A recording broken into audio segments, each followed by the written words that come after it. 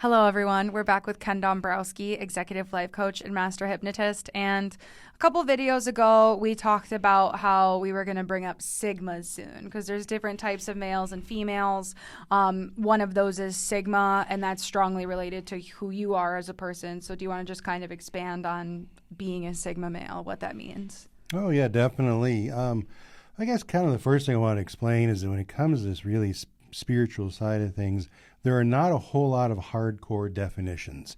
It is all very subjective and contextual, not so much, hardcore content where every word or description has an exact definition to it. So it's you got to kind of take it that way. And so each person, each spiritual healer, such as myself, might have a slightly different, take or definition based on our experiences. So saying all that, take this with as I say, a grain of salt, and I hope it can just simply help people understand a little bit. So we've all probably, most of us have heard of this thing called an empath. An empathic person is someone who can feel on behalf of other people. Now, for most people, if I were to guess like how 85, 90% of your average empath is going to be suffering. It's a burden. Because to feel other people's pain, feel their negative, you usually feel their negative emotions more than anything, is going to drag you down, wear you out, make you exhausted, and make you overly emotional because they take on other people's emotions and they don't know how to let them go. Well, then through years of conditioning and understanding and education and kind of thing, you can rise up out of being just a regular empath to where then you become this thing called a super empath, which I am a super empath as well. A super empath is someone who can feel your emotions and feel things with you, but not for you. I've been able to put a definitive line that these are yours, not mine, but I can feel them with you in an effort to help you through them. So I can better understand through feeling. Because when it comes to feelings and spirituality, even though there are thousands of words we can use to describe them, they don't all seem to really kind of fit. It's like kind of this and kind of that. So to actually feel it and experience yourself is the best way to understand. So that's going to be the notch up, which is your super empath. Someone who can leave it behind and not take it with them and allow it to affect them. Then you have this other thing called a sigma. You have your alpha, like an alpha male and a beta male and the omega and a couple of the other ones. Can't remember right now. But then that's not in that official chart is the sigma. Now the sigma is going to be kind of a hybrid of an alpha. So an alpha male is going to be this powerful, clear-cut leader. That's the person who's got the big personality and the big energy, and they're very bold and brash, and they're usually going to be the leaders of they're going to be politicians. They're going to be leaders of big corporations, things like that. Head of a team or coach of a team or something like that. That's going to be your alpha male. Well, then not underneath, but kind of like directly adjacent to it is going to be the sigma. Now, the sigma is going to be more of the lesser known type of, if you could call it an alpha male, even though it's really not. It's going to be lesser known. They're not going to be needing that validation of having their face in the spotlight. They're not going to be the one who has to be seen and heard. And I kind of like to look at it like this, like a movie star might be considered an alpha, because they have to be seen, they have to be heard. They need that validation or else they crumble. But then in the movie industry, you have all these other people. You have directors, you have producers, you have writers, people that you barely ever know their name, but they actually are more successful than the movie stars are. They make more money, they do more, they have even more respect in their industry, but they're lesser known because they're a sigma. They don't need to have their face out there. So you see there's kind of a little bit of a differences. So now you can have a sigma empath. Now, I'm a sigma empath. I'm a super empath sigma man. So I know it's a long title, right? Try to fit that on a business card. So being a sigma empath, super empath, that's a huge combination of values and virtues all in the spiritual realm of things, to where I have this ability to kind of read a situation in real time, kind of with an emotional response or an intellectual response, whatever it is, as things are developing. I don't have to wait till it's done, digest it, and see where I'm at. It kind of happens, and that's what I need in my sessions. As I'm talking with a client, I need to be able to have an understand and a read for them as they're talking. My abilities as a Sigma, especially, and an empath, a Sigma empath, is I can read your energy while you're talking to me, and read not just your tone and the words that you're saying, but the energy coming with it. And that's going to give me more information than the words themselves. And then I'm actually responding, again, in real time, immediately, with just kind of as a intuition. So I know it kind of sounds a little bit confusing, but empath, super empath, Sigma, super empath. And that's kind of where I am, way up there.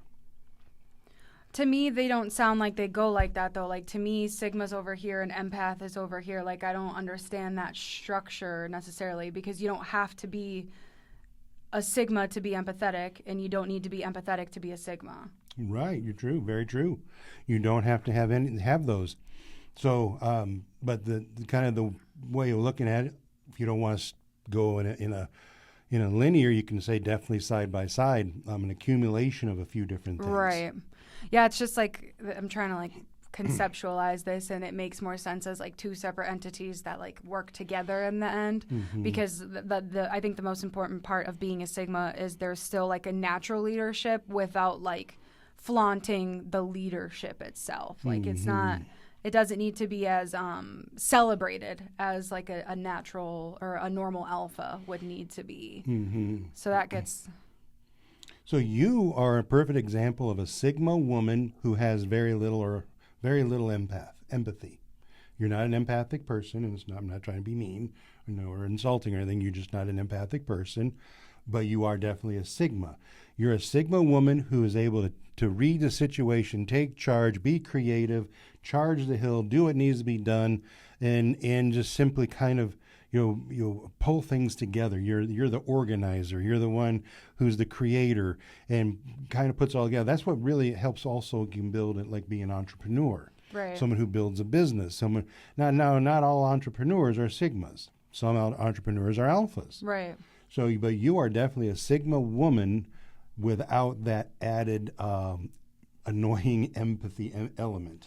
Well, yeah, because I have intuition and I can understand somebody's situation, but I don't feel the need to like delve into their emotions, But like, not to say that I don't understand like at all. Like, that is, I have a lot of understanding and intuition. That's how I have the ability to take the phone calls. Mm-hmm. I still have that part of like your brain that lets you know where someone's sitting. I just don't. No part of me takes it home with me.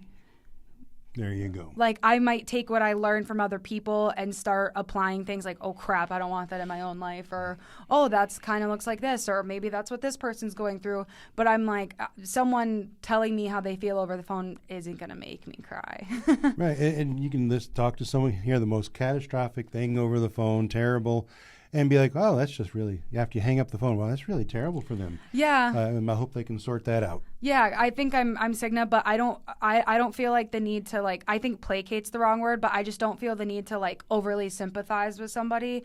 Like, if someone tells me something, I'm like, okay, I'm not gonna like play the part where I'm like, oh, I'm so sorry. Like, that's just not in me. It's not my knee-jerk reaction to start like apologizing. One, I think people have been apologized to enough for their own situations, regardless of if they chose them or if they just happened to find them. Mm-hmm. But I just like, I'm very to the point besides that. Well, and I like how you just kind of characterize that. Your average, what we might call garden variety empath, someone's gonna tell them about their story of something's going on in their life that's negative or painful. Then the person that's hearing the story is going to start feeling sad and sorry for them, start feeling sad within themselves, and almost take on their problem as their own. Mm-hmm. And it's going to ruin, emotionally ruin that person's day, their week, their month.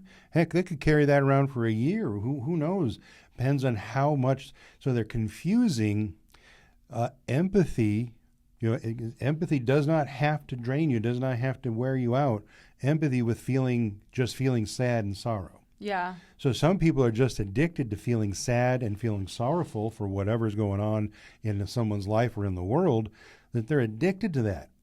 That's not empathy. Right. They go around thinking that they're the superior being because they have empathy, and they're just not. I see this stuff, of course, online all the time, that empathy means you have to go around basically crying over every indignancy you might see in the world, and there's billions of indignities, so you're going to be crying all the time. Right. So we're not doing ourselves or anybody else any good by doing that. Well, and it's funny because I think there's more people in society than ever that believe they're sympathetic or empathetic, but in reality, there's not really a lot of empathy. I think it's a lot of like performative stuff, which, is a different conversation. But I think like the last thing Sigmas are known to be is any kind of performative. It's kind of a to the point, behind the scenes situation almost, right? Yeah. Oh, yeah, definitely. Now, and here's the big problem that I've identified with being a Sigma is most people don't know what this is. So you have someone who is their own person. They're say it again. They have creativity. They have the abilities to make things happen. They have confidence and the self-esteem, and they kind of know who they are. But they're always marching to the beat of their own drum. They do not follow the path. Sigma is a lone wolf. A Sigma is someone who's doing their thing, blazing their own trail. But here's the problem, because our society doesn't know anything about this. That person becomes the weirdo, the outcast, the strange, the creeper. He's creepy because he just doesn't do anything that we do. Or she's weird because they're strange. So then it's the Sigma, sadly, they go through a depression because they don't understand who they are. They don't have an understanding for why they're so different, and there's nothing they can really seem to do about it. But then they come to see me. I help them see that they're a Sigma, and they go, yes, I do have all these values. I had to lock them away and act like they didn't exist because it made me look weird in front of my family and friends, and I was tired of being mocked and laughed at. Right. Now that I know this is not a weakness, that this is a powerful strength and a value, a virtue, they can unlock those things up and let them flourish and then take their life to new heights. Yeah, I mean, I think that definitely is in line with, the different people that we've had in our office where, like, as they're walking out, you're like, hey, they're Sigma too. And, like, definitely they go through that. I think I'm just, like, an interesting case because I didn't go through that. I've always known that I've had a lot of experiences or thought processes that lean different. However, I've had no problem, like, fitting in. But that's obviously not the norm for most Sigmas. That's something I get from my mom, who I don't even know what she is. But, like, that's what I get from her. The rest of the Sigma stuff I obviously get from you.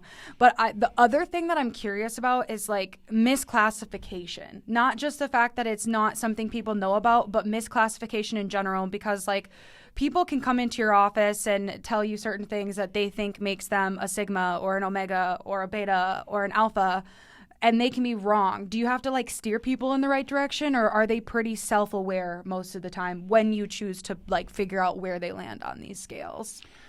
Most of us are walking around lost. Right. We think we know what we are. Everybody wants to be the alpha, so they consider themselves to be an alpha, but everybody can't be an alpha. If everybody's an alpha, then no one's an alpha. Right.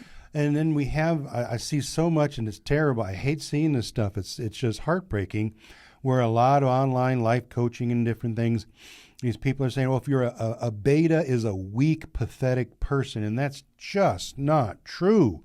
No. Absolutely not. Beta men and women, they are the backbone, the heartbeat of society. These are hardworking people who do the job, to do the grind, keep everything moving in the right direction for an entire 30, 40-year career, and then retire at the end of that and go live the golden years. There is absolutely nothing wrong with being a beta. Anybody tells you that that's something different, they're an alpha trying to make themselves feel better about themselves by putting you down. And what you're going to find is most of your alphas are going to be narcissists. That's going to almost be hand in hand. Well, and what I was just going to say about betas is like two things. One, they're absolutely necessary. And two, most betas are going to be totally fine with the way that they live. People don't mind having a steady job for decades as long as they can live the lifestyle that they want for themselves. Like, they're not striving for the 1% of things. Like, there's this huge falsity in society where everybody wants to be the richest and the best. That's really not true. Some people are happy just being exactly who they are and just having exactly what they need. And there's nothing wrong with that. And those are the betas. They're not trying to be the best. They're not trying to outdo anyone. They're not trying to blaze a trail. They're just trying to get through their days, get to the next day, do their thing. They're happy. Like, those are the ones with the big families and the steady careers and no problems keeping their job. Like, they're very necessary to society for many, many reasons, and they're very usually happy about it. Like, that's it. That's a great way to put it. Your alphas, your sigmas are going to be very much loners. Sigmas are really loners. Alphas are lonely at the top, even though they're surrounded by a lot and might be adored by lots of people. Your betas are going to be the people who have huge friend groups. Yep, because they're the majority. Big families, big friend groups. These are the people who are really participating in like lots of activities. Now, a way I like to look at it, and I looked at and started this years ago, when you look at this, is a simple alpha and beta. Look at the military. The military has got lots of alphas. You got higher ranking personnel, whatever. I'm not in the military, colonels, generals, admirals and whatever. And then they have hundreds of thousands of soldiers. Those soldiers are betas. Those soldiers are the highest trained ass kickers, assassins in this world. So how can you say that they're weak and pathetic? Right. When when our nation is being guarded by literally about 1 million military personnel with high training like that. And all they do all day long is follow orders, which is what betas do best. They can follow a program and follow it to a T every single time and get the job done. So next time you might think a beta is weak and pathetic, go say that to a Marine or an Army Ranger and see what kind of response you get. Yeah, I think that's a good point. Like, I know obviously we have probably the most knowledge on sigmas, considering we both are sigmas, but that doesn't make anyone less necessary or anyone more wrong for being who they are. It's just kind of a drive that we have, and I don't think there's anything to be upset about. It's just a matter of accepting who you are, because we really can't choose it. Like, I can't just wake up tomorrow and be like, I'm an alpha, I'm a beta. Your like literal makeup, your subconscious, how it thrives and drives is completely dependent on being this type of person, and you're not waking up and changing that. All great way to put it. Absolutely. You are who you are. Cannot change it. You can modify it. You can take it in different directions and whatnot and amplify, but absolutely change who you are. No. What is it? A zebra can't change its stripes. Right. Leopard can't change its spots, whatever. There's a bunch of them. All right. Well, I think that was an interesting conversation. Obviously, more that we can talk about there, but good jumping off point for another new topic. Yeah, definitely. And then the next video will be more about the betas. All right. Well, thank you for that information. If anyone would like to learn more, please visit our website or give us a call today. Thanks. Bye. Thank you.